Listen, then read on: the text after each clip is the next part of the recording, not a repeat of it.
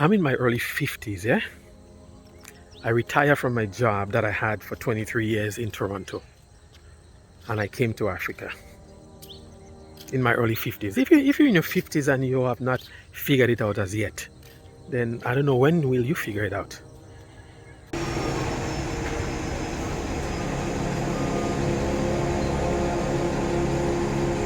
Good morning, good morning. It's Kerry. It's a beautiful Friday morning here in Dar es Salaam, Kigamboni, Dar es Salaam, Tanzania. Today is a holiday because today is Eid, so it's a holiday in the Muslim world. Guys, I want to show you something, eh? Look at this tree. Look at this, eh? Does anybody know what this is? Oh, the smell of this is so amazing. I wish you know what this is? When I was growing up back home, my grandmother used to give me this to drink, especially when you had belly ache, like stomach ache. So that's what I'm talking about here. You come here and you see this. It's not foreign to me. You crush it, you smell it, guys. At night time, the smell, the scent of this. Oh, it's beautiful. Welcome to Africa, guys. I don't care what anybody says. You can say I'm selling Africa. Yes, I am. You know why? Because Africa is beautiful. Africa is home. Through all its problems and its issues, I'd rather be here.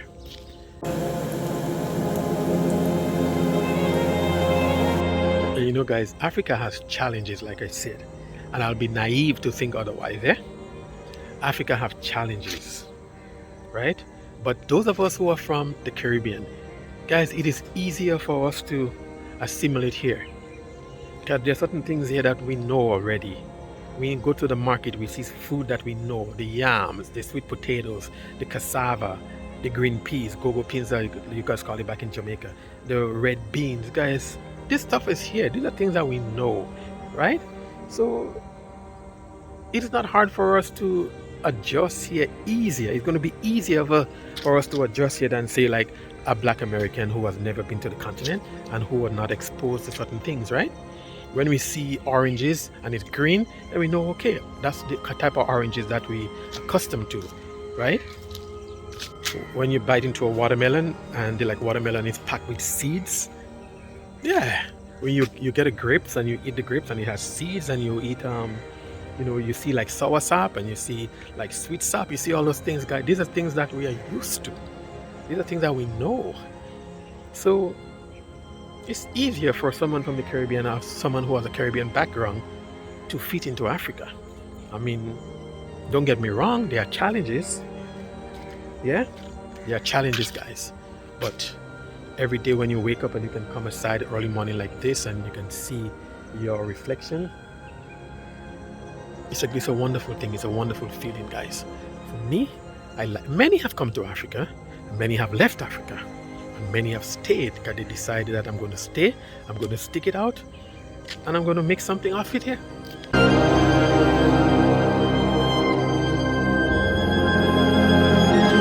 Come to Africa, visit, and know if Africa is right for you. And if Africa is right for you and you think that you want to settle here, do your research. Find a business that you can settle, that you can do here, you can set up, and you can come here and try to build some wealth. Yeah? You know, sometimes it's hard to build wealth out in North America or whatever. It's not impossible, but I know it's hard. But you can do it here. It's not easy either, but it can be done easier here. Sometimes it costs you more money to go to the Caribbean. Not sometimes, most of the time it'll cost you more money to go to the Caribbean than to come to Africa. The most I've ever paid for coming to Africa is under $1,500 I paid to come to Africa. And when I come here, I don't pay for accommodation. Yeah, so honestly, guys, $2,500 can bring you to Africa, right? For a visit, not to settle, for a visit. So I'm just passing on the information to anybody that may be may want to come here to Tanzania, but it doesn't have to be Tanzania. There are 54 countries on this continent. Pick one that is favorable to you. But like I always say, don't pack your barrels, don't pack your stuff and come to Africa if you have not visited Africa. Try at least visit Africa first, and then you will know if Africa is right for you.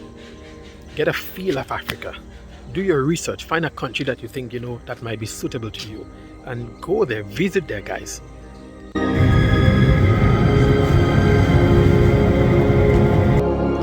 Yeah, guys. So when I went to Tanga, like I said before, many times I came here in the past, I was always in Tanga, not Dar es Salaam. So when I was here in February of 2022 in Tanga, I was looking for the Tanga Chamber of Commerce, but the Tanga Chamber of Commerce is attached to City Hall in Tanga. So when I went there and I was asking them about opportunities for Tanga, they give me the list. I have it. Yeah.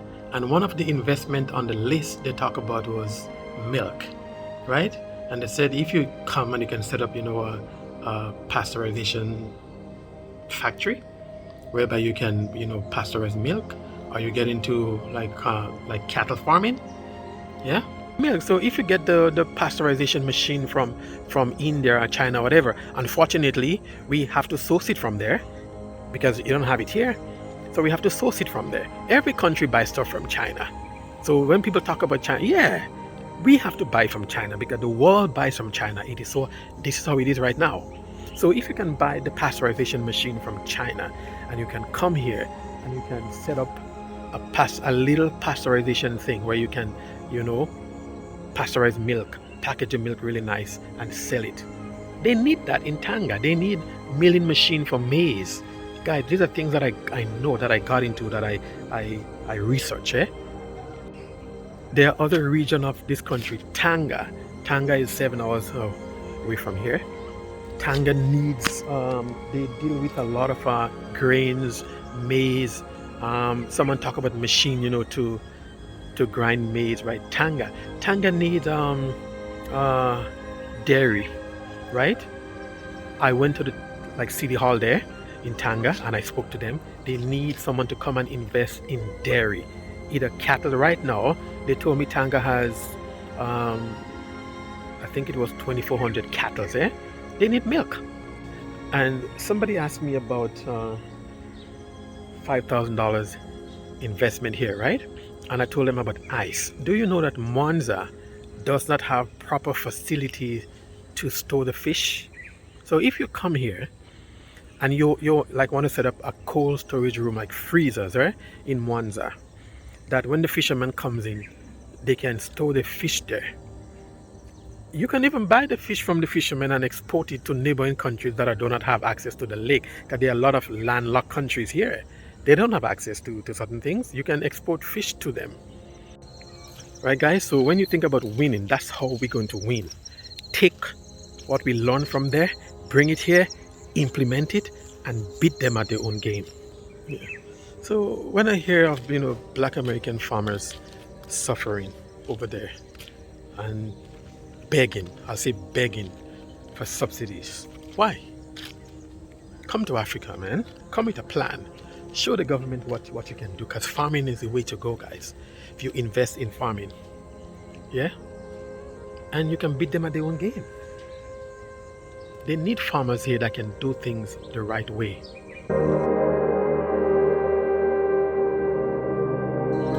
If you're in construction, you're a builder or a civil engineer, guys, you can come here. You can start something. Yeah? There's nothing wrong with starting from the bottom. There's nothing wrong with starting small. You may have a little capital. You can come here. You can start something. If you're a farmer, Black American farmers are complaining when Trump, gave billions of dollars to the white farmers and the black farmers get 1%. They were complaining. Why are you complaining out there? Don't call me African. And we have such a rich culture. We have such a rich heritage that is the envy of the entire world. What we have, they don't have. And the thing is, they know the power in Africa. They know what we have. And they turn our minds against what we have. And when we are trying to embrace what they tell us we should embrace, they are at the back reaping and stealing everything from us and laughing. Why are we so stupid, for lack of a better word? Why? Then I understand something that I want to share with you this morning. We are a spiritual people. And when I speak about being a spiritual people, I'm not talking about Christianity. I'm not talking about Islam. I'm talking about ancestral spirit. Like it or not, we are a spiritual people. The ancestral spirit of this land guided our ancestors for thousands and thousands of years, guys. And when they were taken from this land, they were yanked away from the connection that they had with the ancestral spirit. And those of us who are the descendants of our ancestors, we are not connected to the ancestral spirits. So when we come back to this land, the ancestral spirit recognizes us as the descendants that are lost, and they grab onto us, and we feel that connection here in Africa. Like it or not, guys, this land of Africa is governed by ancestral spirit. Like it or not, it's a fact.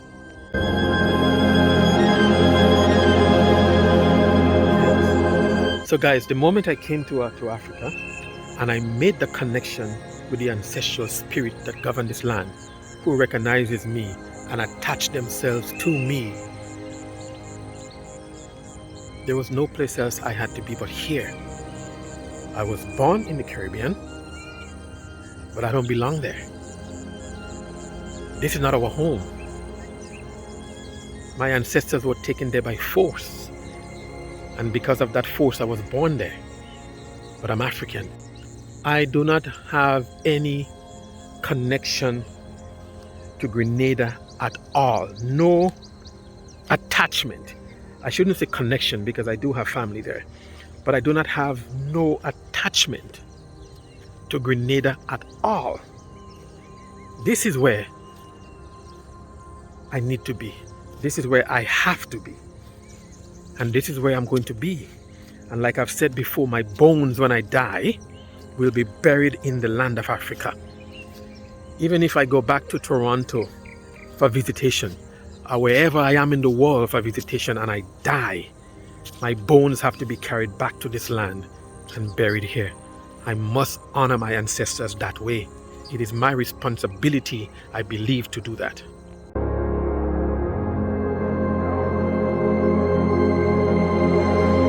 We work hard. You know, the deck is stacked against us. But through all that, we struggle to be successful. We fight to be successful.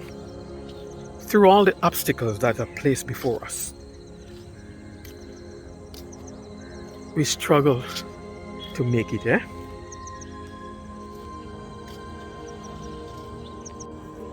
You remember, guys, when they neglected Africa for everything? You know, when they neglected Africa for food, they'll go to like South America and they'll buy the avocados and they'll buy whatever they buy from South America. They weren't looking at Africa. But now they're talking about climate change. They'll look at Africa. Go to No Frills right now. Pick up a pear, right? Pick up an apple and look at the tag on there and tell me where it comes from. Just look at it. You will see the tag. South Africa, Kenya, because now they have no choice.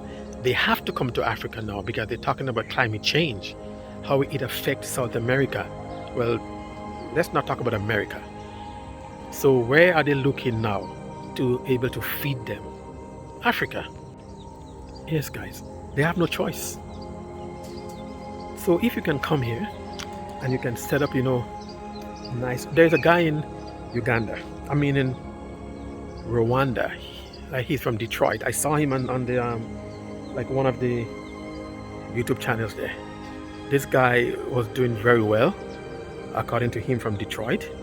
Now he has a agriculture investment business that he set up in Rwanda, whereby he brought in investors, guys, and they are doing very well over there.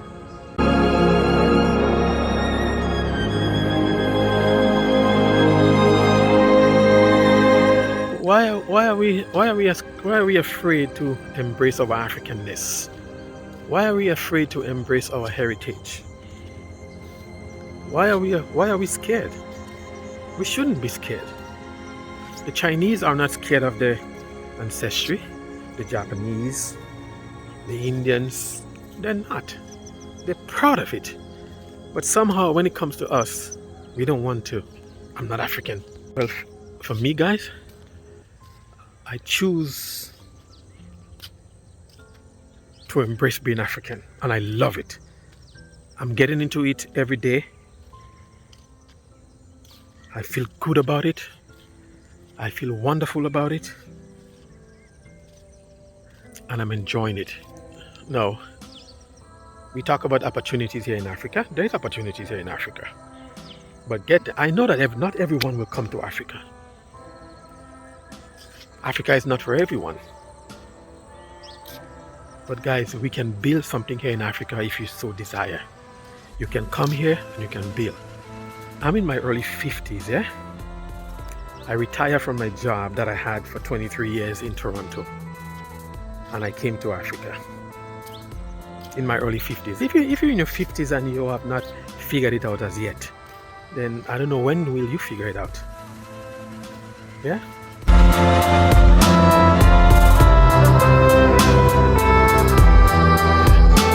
I will address it this way, guys. I feel alive when I'm in Africa. Africa is the only place where I come alive. No place else, guys, give me a peace of mind. No place else give me a sense of belonging. No place else give me a sense of freedom, a sense of connection.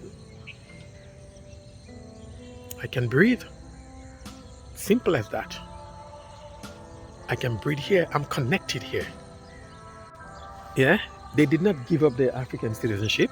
They were taken away from here against their will. So we who are the descendants of the ones that were taken, if we want to come to Africa, we should be free to come to Africa. Yes, I realize that the structures are not in place whereby automatic citizenship, can be given to us. But we should have a right to come here, and the more of us who come here, we can get together and we can lobby the African Union so that our rights would be restored to us. Because it is our rights, believe it or not, it is our rights. Yes, I am African. I love Africa. I may not have been born on this continent, but you don't have to be born on this continent to be African. Yeah? Our ancestors were taken from this place. Our ancestors were taken from this land by force. They did not give up their African citizenship. Yeah. We have it. We have the know-how. And you want to tell me that someone can come here with a little capital, or even if you don't have that much capital, you can find investors, and you come here and you set up, a construction company, and we can do these things ourselves. And this is what I'm trying to edify us about. Yeah, I don't have all the answers. I don't know anything, but I'm just going off of my experiences here and what I see and I read and I research, and I know, guys, that we can do this. We can do this. We don't need to hire the Indians and the Chinese to come and do it for us. We can do it, but nobody is here doing it, right? The amount of buildings and construction that is going on here in Tanzania, that if someone comes here and set up a construction company,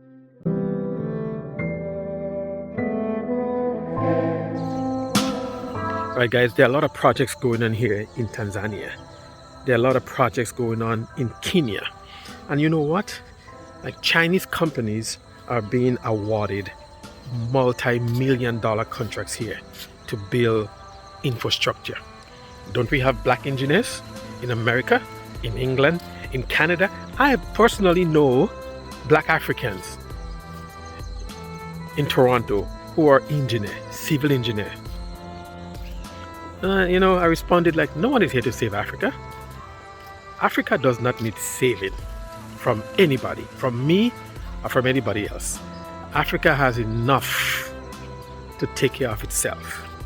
But what Africa needs is those of us who are in the diaspora who may have a little capital, those of us in the diaspora who are educated, those of us in the diaspora who have the know-how